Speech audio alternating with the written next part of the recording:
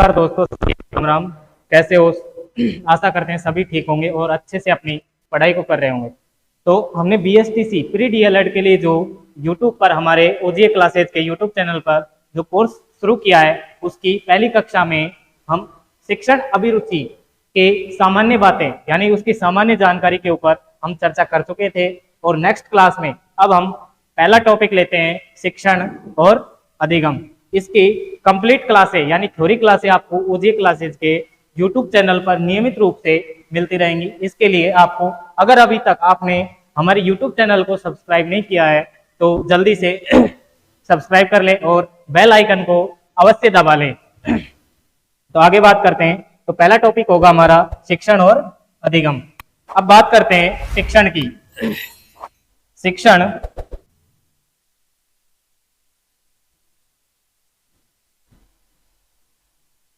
शिक्षण जिसको अंग्रेजी भाषा में टीचिंग बोलते हैं, अंग्रेजी भाषा में जिसको टीचिंग बोलते हैं, जिसको अंग्रेजी भाषा में टीचिंग बोलते हैं। शिक्षण जो है संस्कृत की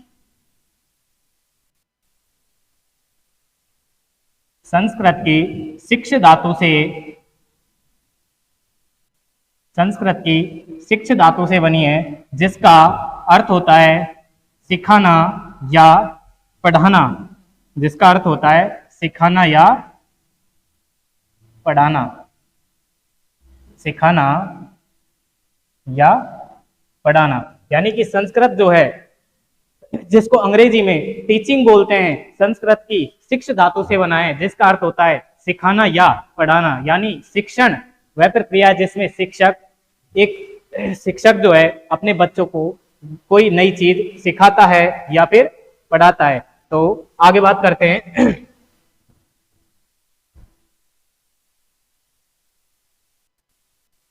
शिक्षण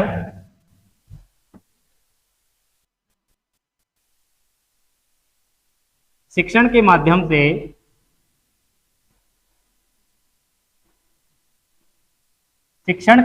से शिक्षक अपने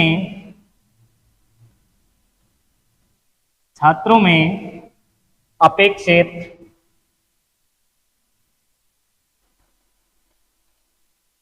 अपेक्षित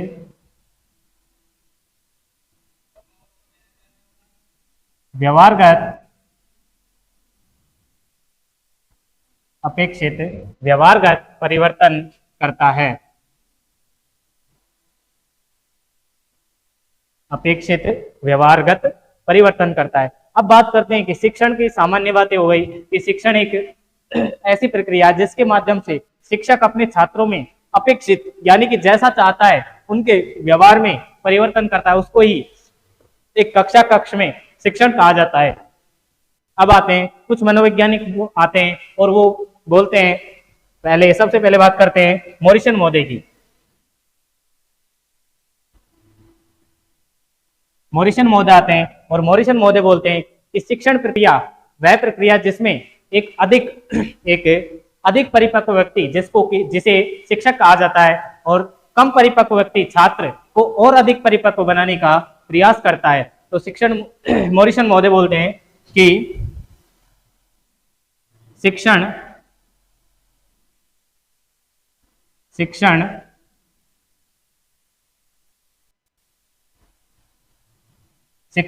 वह प्रक्रिया है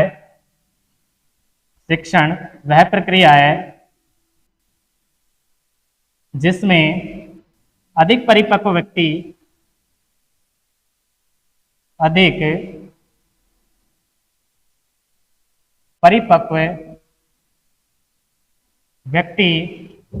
कम परिपक्व व्यक्ति, यानी अधिक परिपक्व व्यक्ति कौन होता है शिक्षण प्रक्रिया में?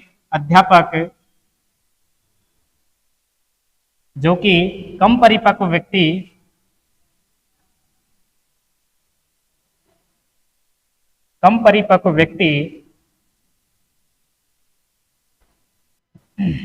कौन होता है? ब्रैकेट में लिखना है, छात्र को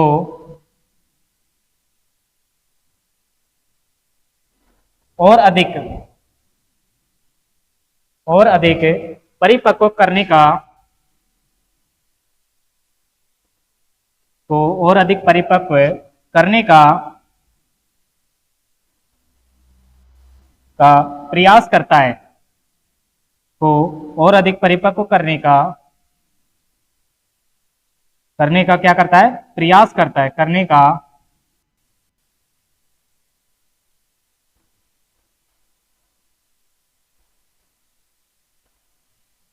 प्रयास करता है।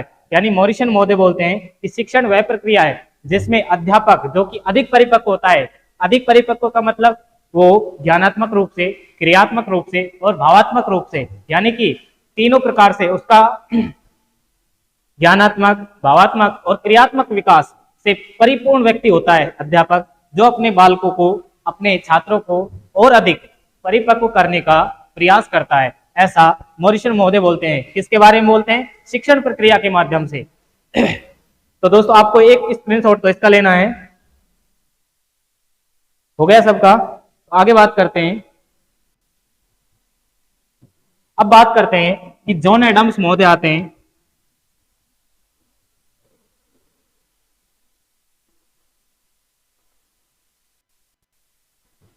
जॉन एडम्स महोदय आते हैं और जॉन एडम्स महोदय बोलते हैं कि शिक्षण प्रक्रिया एक द्विध्रुवीय प्रक्रिया है, जो कि यानी शिक्षण प्रक्रिया के दो ध्रुव बताते हैं, एक तो छात्र होता है और एक अध्यापक होता है। यानी शिक्षण प्रक्रिया जो है शिक्षक और छात्र के बीच में होने वाली प्रक्रिया है। तो जॉन एडम्स महोदय बोलते हैं कि शिक्षण प्रक्रिया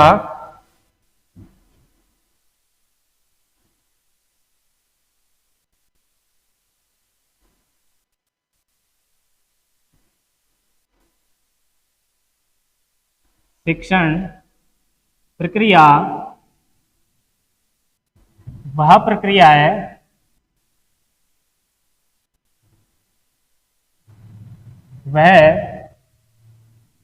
है जो शिक्षक व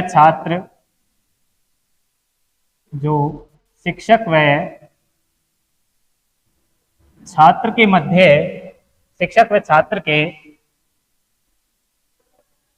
मध्य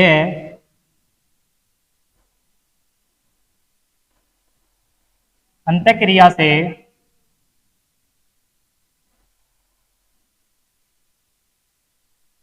संपन्न होती है। यानी कि शिक्षण प्रक्रिया वह प्रक्रिया जो शिक्षक और छात्र के मध्य अंतःक्रिया से, इंटरैक्शन, यानी कि शिक्षक अपने छात्रों को कोई शिक्षण कार्य करवा रहा है और छात्र जो हैं उनको सुन रहे हैं, उनको समझ रहे हैं, उनकी बातों का जवाब दे रहे हैं, उनके प्रश्नों का जवाब दे रहे हैं। तो यानी अंतःक्रिया हो रही है शिक्षक और छात्र के बीच में। इसी को जॉन एडम्स महोदय ने शिक्षण प्रक्रिया कहा है। यानी कि अतः जॉन एडम्स ने शिक्षण प्रक्रिया के दो ध्रुव बताए हैं। अतः शिक्षण प्रक्रिया के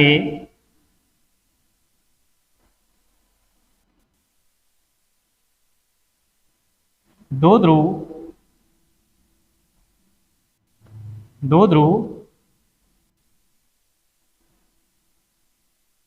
होते हैं। तो पहला ध्रुव तो कौन सा हो गया? शिक्षक, और दूसरा ध्रुव हो गया छात्र। यानी कि शिक्षक और छात्र, इनके बीच में होती है अंतःक्रिया।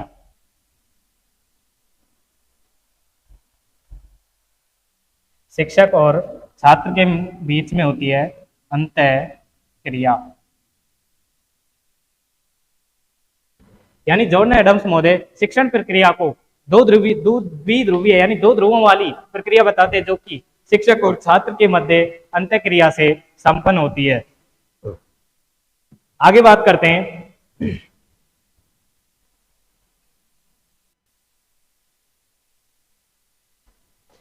आगे आते हैं जॉन डीवी महोदय।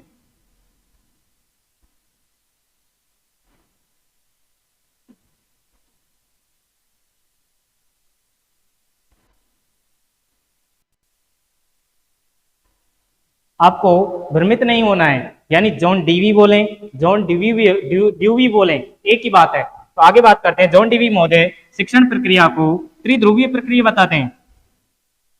शिक्षण प्रक्रिया को त्रिध्रुवीय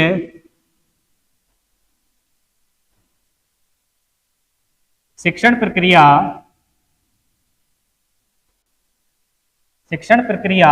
त्रिध्रुवीय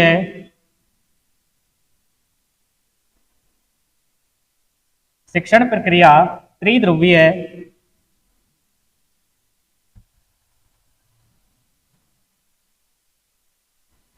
शिक्षण त्रिध्रुवीय प्रक्रिया है जो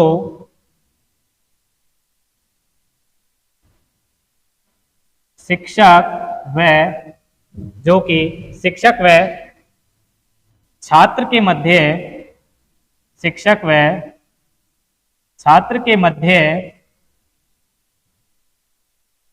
पाठ्यक्रम के माध्यम से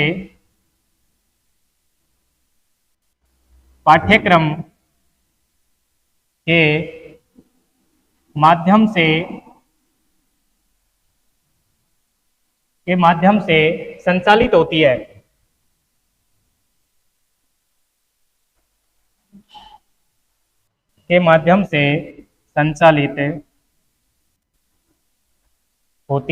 यानी कि शिक्षण प्रक्रिया वह प्रक्रिया जो शिक्षक और छात्र के मध्य संचालित होती है। द्विध्रुवीय प्रक्रिया तो जॉन एडम्स महोदय ने बता दें, लेकिन जॉन डीवी महोदय इसको त्रिध्रुवीय प्रक्रिया बताते हैं। यानी कि त्रिध्रुवीय जो कि शिक्षक छात्र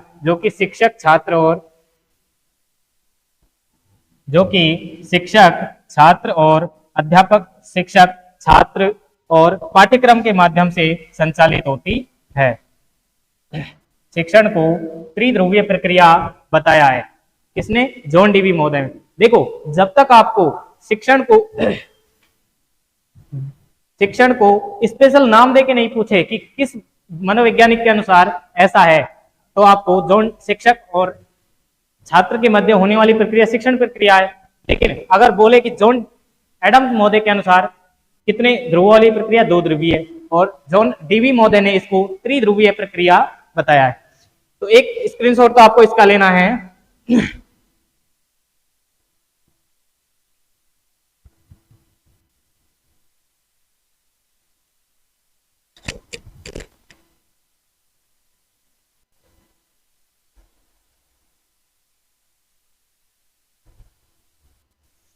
आगे बात करते हैं कि अब शिक्षण की विशेषताएं।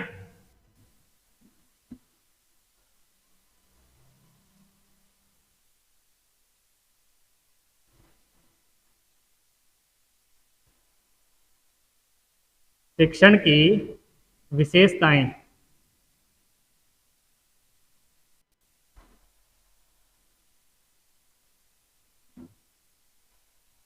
शिक्षण की विशेषताएं, देखिए, शिक्षण का एक उद्देश्य होता है, उद्देश्यपूर्ण प्रक्रिया है। कैसे है? मेरा उद्देश्य बालकों का सर्वांगीण विकास करना है, यानी उनका ज्ञानात्मक विकास भी करना है, उनका संवेगात्मक विकास भी करना है और क्रियात्मक विकास भी करना है। यानी कि एक शिक्षक का उद्देश्य शिक्षण प्रक्रिया के माध्यम से क्या उद्देश्य होता है? उसका उद्देश्य होता है कि अपने बालकों का सर्वांगीण विकास करना होता है। तो पहला पॉइंट लिखेंगे कि शिक्षण एक उद्देश्यपूर्ण प्रक्रिया है। शिक्षण एक उद्देश्यपूर्ण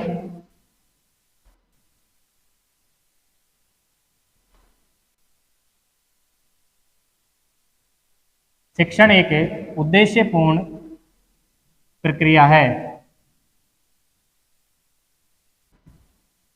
दूसरा पॉइंट बात करेंगे कि शिक्षण एक प्रगतिशील प्रक्रिया है, यानी कि निरंतर चलने वाली प्रक्रिया है। अतः शिक्षण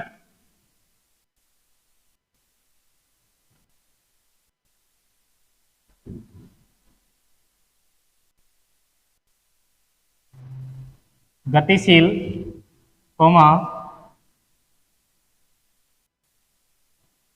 प्रगतिशील एवं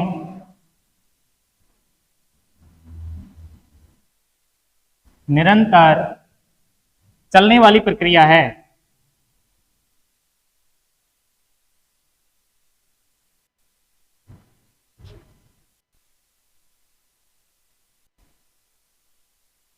यानी कि शिक्षण के माध्यम से शिक्षक अपने बालकों का सर्वांगीण विकास करता है, यानी उनका ज्ञानात्मक विकास करता है, उनका भावात्मक विकास भी करता है, उनका क्रियात्मक विकास भी करता है, विभिन्न एक्टिविटीज क्रियाओं के माध्यम से।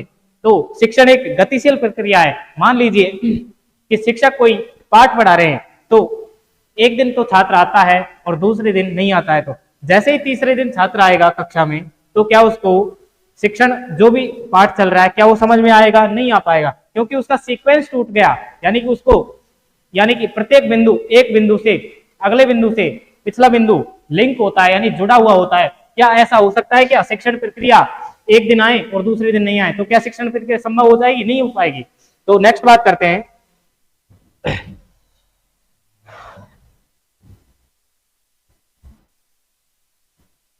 शिक्षण के द्वारा शिक्षक जो है अपने बच्चों का सर्वांगीण विकास तो करता है, यानी कि उनमें जैसा चाहता है वैसा परिवर्तन करता है। तो तीसरा बिंदु होता है कि शिक्षण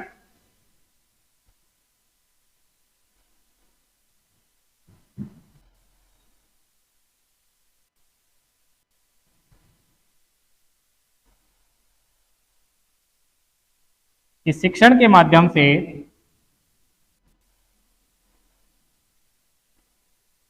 शिक्षण के माध्यम से कैसा अपेक्षित, यानी कि हम जैसा चाहते हैं, शिक्षण के माध्यम से अपेक्षित व्यवहारगत स्थायी परिवर्तन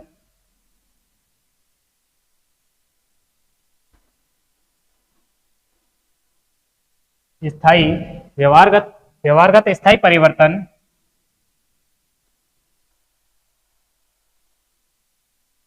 होता है। यानी कि शिक्षण के माध्यम से आपके व्यवहार में परिवर्तन तो करना है, लेकिन कैसा? जैसा हम चाहते हैं। और कैसा? स्थायी व्यवहारगत परिवर्तन, यानी कि आपके व्यवहार में परिवर्तन होता है, लेकिन कैसा होता है? स्थायी परिवर्तन। उसको हम शिक्षण बोलते हैं। आगे बात करते हैं कि शिक्षण कैसी प्रक्रिया है। शिक्षण विज्ञान भी है, और विज्ञान होने के साथ साथ एक कला भी है। यानी कि शिक्षक जो है अपने बच्चों को कैसे पढ़ा रहा है, किन विधियों के माध्यम से पढ़ा रहा है कि उनका सर्वांगीण विकास संभव है, यानी उनका ज्ञानात्मक विकास भी हो जाए, उनका भावात्मक विकास भी हो जाए, उनका संवेगात्मक विकास भी हो जाए। तो आगे बात करते हैं, चौथा बिंदु हो जाएगा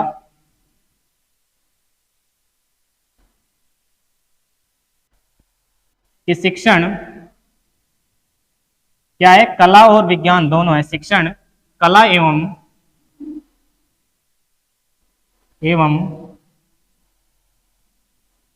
विज्ञान दोनों है। शिक्षण कला एवं विज्ञान दोनों है। नेक्स्ट बिंदु की बात करते हैं कि शिक्षण व्यवसाय उन्मुख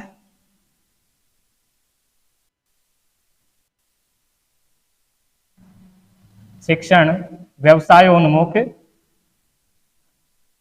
प्रक्रिया है। शिक्षण व्यवसाय उन्मुख प्रक्रिया, यानी शिक्षण के माध्यम से आप अपना व्यवसाय भी कर सकते हैं। यानी शिक्षण प्रक्रिया के माध्यम से आगे बढ़ते हुए जैसे ही कोई डॉक्टर बनता है, कोई इंजीनियर बनता है, कोई शिक्षक बनता है, तो यानी कि उनका खुद का व्यवसाय भी हो गया।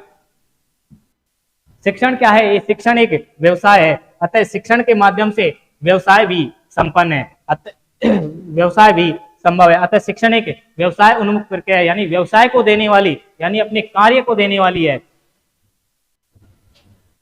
तो शिक्षण की प्रक्रियाएं, शिक्षण की जो विशेषताएं कि शिक्षण एक उद्देश्यपूर्ण प्रक्रिया है। शिक्षण जो है गतिशील, प्रगतिशील एवं निरंतर चलने वाली प्रक्रिया है। शिक्षण के माध्यम से शिक्षक अपने छात्रों का सर्वांगीण विकास करता है, यानी कि उनमें जैसा चाहता है वैसा अपेक्षित व्यवहारगत परिवर्तन संभव है। और शिक्षण जो है कला के साथ साथ विज्ञान भी है। और शिक्षण व्यवसाय उन्मुख प्रक्रिया, यानी व्यवसाय को देने वाली प्रक्रिया है। तो एक स्क्रीनशॉट तो आपको इसका लेना है दोस्तों।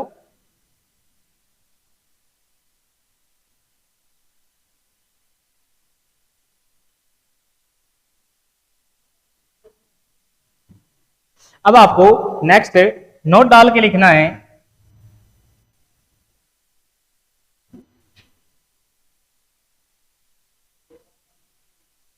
कि शिक्षण जो है एक सक्रिय मानसिक प्रक्रिया है, यानी कि जब तक आप मानसिक रूप से सक्रिय नहीं हो तो आपका शिक्षण नहीं हो पाएगा। यानी कि मान लीजिए एक शिक्षक कक्षा में आता है और अपने पढ़ा के चला जाता है, बच्चे जो हैं मानसिक रूप से सक्रिय नहीं है, यानी शारीरिक रूप से तो उपस्थित है लेकिन मानसिक रूप से कहीं और ही सोच रहे, कहीं और ही ख्यालों में खोए हुए हैं, तो क्या उसका शिक्षण कार्य हो पाएगा? नहीं हो पाएगा। अतः तो लिखिए कि शिक्षण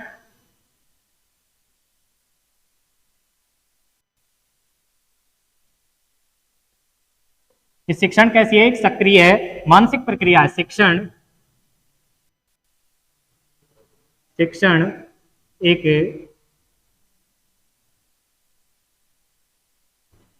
सक्रिय मानसिक प्रक्रिया है।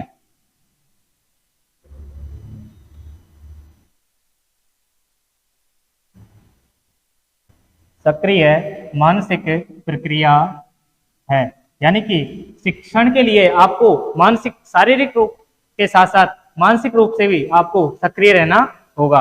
और शिक्षण के माध्यम से शिक्षण के लिए प्रशिक्षण की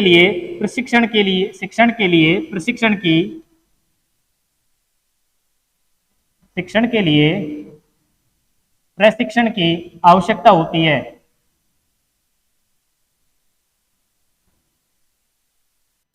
शिक्षण के लिए प्रशिक्षण की आवश्यकता होती है। कैसे? देखिए, आपको शिक्षण कार्य करवाना है तो उसके लिए आपको प्रशिक्षण की आवश्यकता होगी, यानी ट्रेनिंग की आवश्यकता होगी। यानी कि आप बीएसटीसी करेंगे तो उसके लिए आपको प्री डीएलएड एग्जाम देना होगा, उसमें अच्छे नंबर लेके आपको विद्यालय को सॉरी महाविद्यालय में एडमिशन मिलेगा। तो आपको क्या करना है, यानी अब क्या करोगे महाविद्यालय में, यानी प्रशिक्षण जो महाविद्यालय होते हैं, ट्रेनिंग कॉलेज जो होते हैं, उनमें क्या दी जाती है? शिक्षण कार्य की ट्रेनिंग दी जाती है, यानी इनको पीटी कॉलेज बोला जाता है। यानी आपका जो पीटीटी और डीएलएड एग्जाम के बाद जब आपका एडमिशन होगा तो बीएड कॉलेजों में बीएड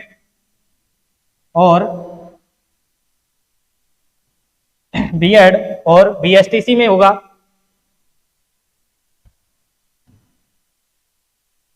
तो यहां आपको ये क्या होती हैं? ये टीटी कॉलेज होती हैं, यानी कि टीचर ट्रेनिंग,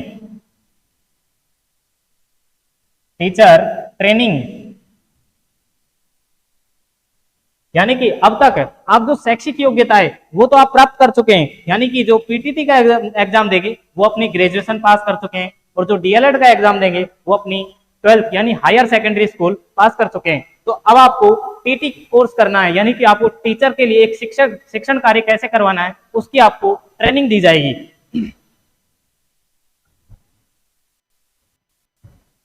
तो नेक्स्ट बात करते हैं।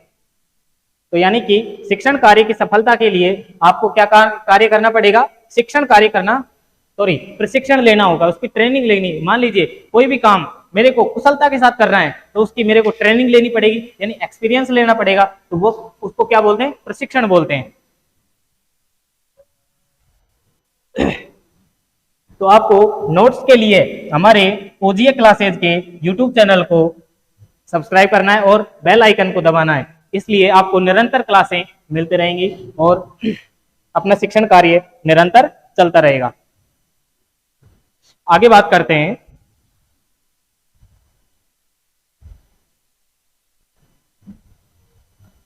अब नेक्स्ट बिंदु की बात करते हैं कि शिक्षण प्रक्रिया क्या होती है।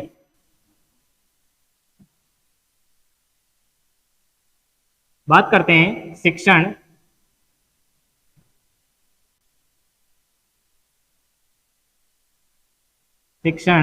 प्रक्रिया यानी टीचिंग प्रोसेस।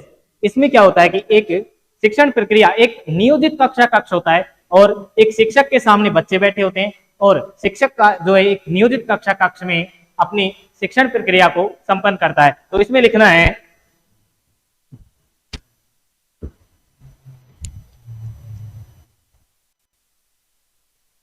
शिक्षक का जो उद्देश्य होता है वो क्या होता है कि अपने बच्चों में अपेक्षित व्यवहारगत परिवर्तन करना है।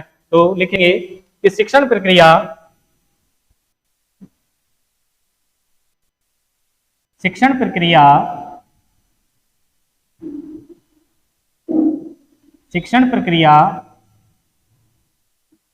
वह प्रक्रिया है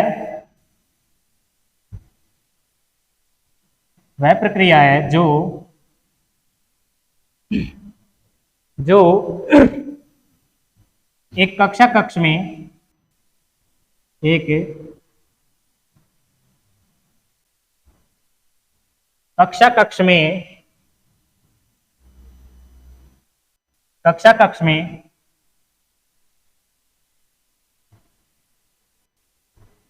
शिक्षक व छात्र के मध्य शिक्षक व छात्र के मध्य पाठ्यक्रम के माध्यम से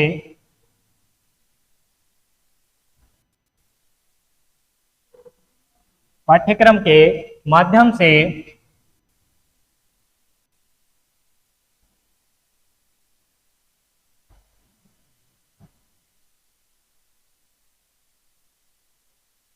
व्यवहार परिवर्तन के लिए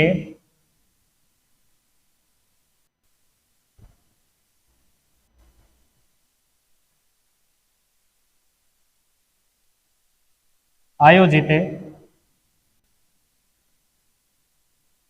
आयोजित की जाती है। यानी शिक्षण प्रक्रिया वह प्रक्रिया है जो एक निश्चित नियोजित कक्षा कक्ष में शिक्षक और छात्र के मध्य पाठ्यक्रम के माध्यम से व्यवहार परिवर्तन किसका करना है आपको?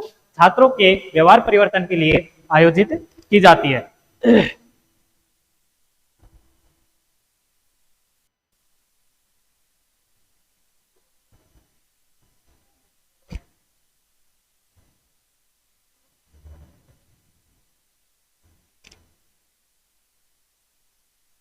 अब शिक्षण प्रक्रिया जो है शिक्षक और छात्र के मध्य होती है, तो इसके लिए शिक्षण कार्य के लिए शिक्षक को उच्च स्तरीय और यथार्थ चिंतन की आवश्यकता होती है। तो आगे बात करते हैं कि शिक्षण कार्य के लिए एक शिक्षक को शिक्षण कार्य के लिए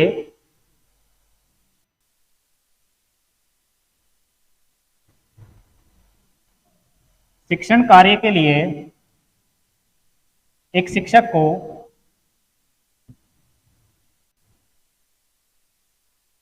एक शिक्षक को एक शिक्षक को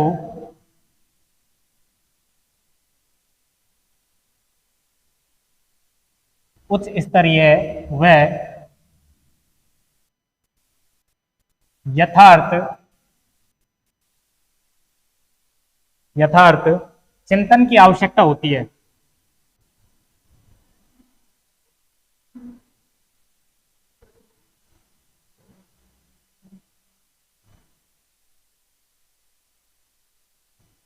यथार्थ चिंतन की आवश्यकता होती है।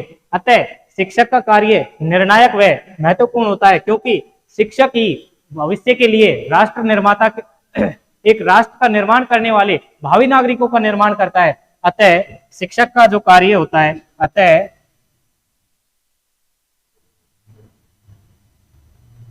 अतः शिक्षक का जो कार्य होता है शिक्षक का कार्य महत्वपूर्ण व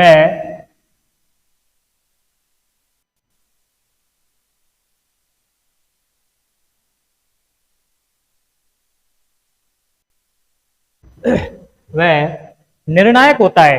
यानी कि शिक्षक का जो कार्य होता है महत्वपूर्ण व निर्णायक होता है।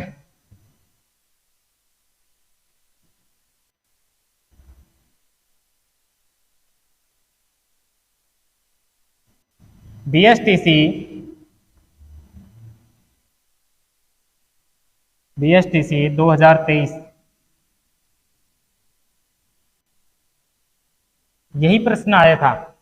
यानी कि लास्ट ईयर पूछा था कि शिक्षक का कार्य कैसा है, निर्णायक भी है और महत्वपूर्ण भी है। यानी कि एक शिक्षक यह निर्णय करता है कि उसके छात्रों का विकास कितना हो चुका है, ज्ञानात्मक विकास कितना है और भावात्मक विकास कितना है और क्रियात्मक विकास कितना है, यानी उनका स्तर कितना है। उस हिसाब से शिक्षक का कार्य महत्वपूर्ण व निर्णायक होता है। तो आपको एक स्क्रीनशॉट तो इसका लेना है।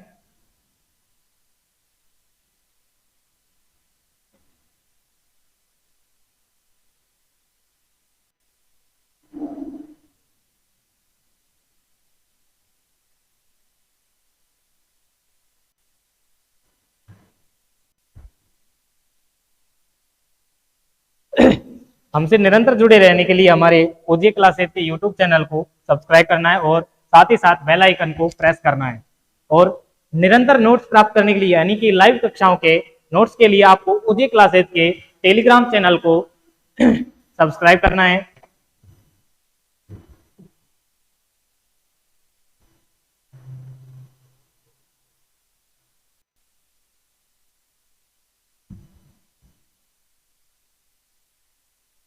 अब नेक्स्ट बात करते हैं कि शिक्षण प्रक्रिया जो है शिक्षक और छात्र के मध्य में होने वाली प्रक्रिया है, जो कि किसके माध्यम से संपन्न होती है, पाठ्यक्रम के माध्यम से, यानी पाठ्यचर्या पाठ्यक्रम के माध्यम से संपन्न होती है। लेकिन अब शिक्षण प्रक्रिया क्या एक शिक्षक जो है बिना छात्रों की कक्षा में आता है और अपना शिक्षण कार्य करवा पाएगा? नहीं करवा पाएगा, क्योंकि शिक्षण प्रक्रिया तो शिक्षक और छात्र के मध्य होने वाली अंतःक्रिया के माध्यम से संपन्न होती है। तो छात्र ही नहीं है तो क्या अंतःक्रिया हो पाएगी? नहीं हो पाएगी। तो शिक्षक और शिक्षण प्रक्रिया के लिए तो आगे लिखना है कि शिक्षण प्रक्रिया के लिए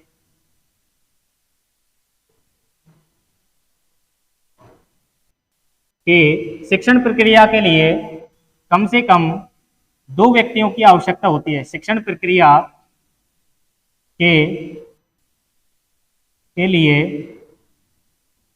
कम से कम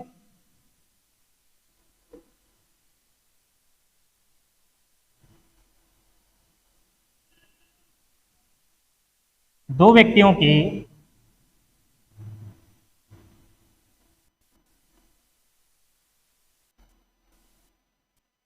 आवश्यकता होती है। यानी शिक्षण प्रक्रिया जो है, अगर कक्षा में एक छात्र होगा तो भी शिक्षण कार्य होगा और एक से अधिक होंगे तो भी शिक्षण कार्य तो संपन्न होगा। यानी कि बिना छात्रों के यानी कम से कम एक छात्र तो अवश्य होना ही चाहिए। अब बात करते हैं कि शिक्षण के चर। नेक्स्ट बिंदु की बात करते हैं शिक्षण के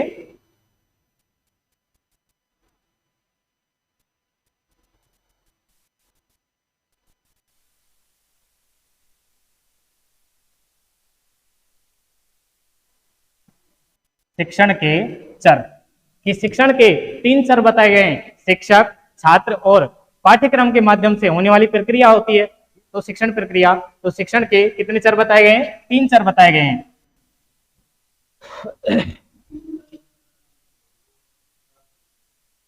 ठीक। तो शिक्षण प्रक्रिया का जो प्रथम चर है, प्रथम चर जिसको कि आश्रित चर बोलते हैं, आश्रित चर या फिर परतंत्र चर।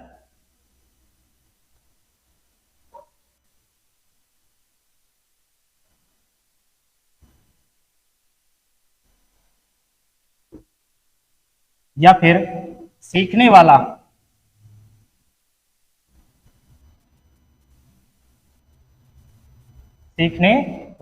कौन होता है? यह होता है छात्र।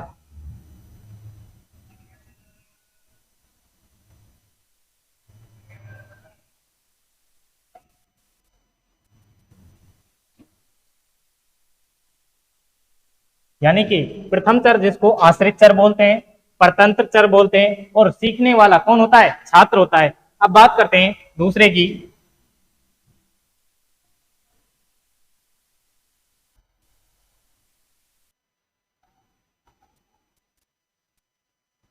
द्वितीय चर जिसको स्वतंत्र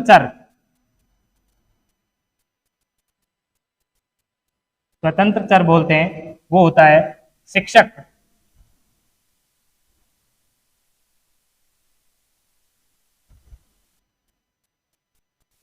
दूसरा चर होता है शिक्षक। तीसरे की बात करते हैं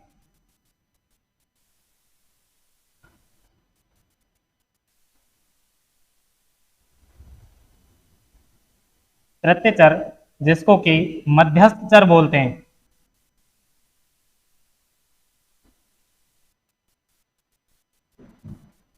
तीसरा होता है मध्यस्थ चर, जो कि क्या होता है? पाठ्यक्रम होता है। यानी कि पाठ्यक्रम के माध्यम से शिक्षक छात्र के मध्य अंतःक्रिया होती है, इसके माध्यम से क्या होती है? शिक्षण। इसी को हम शिक्षण प्रक्रिया बोलते हैं। तो शिक्षण प्रक्रिया के जो चर हैं, पहला चर कौन सा है? शिक्षक होता है, और दूसरा चर जो होता है छात्र होता है और तीसरा चर जिसको कि मध्यस्थ चर बोलते हैं वो होता है पाठ्यक्रम।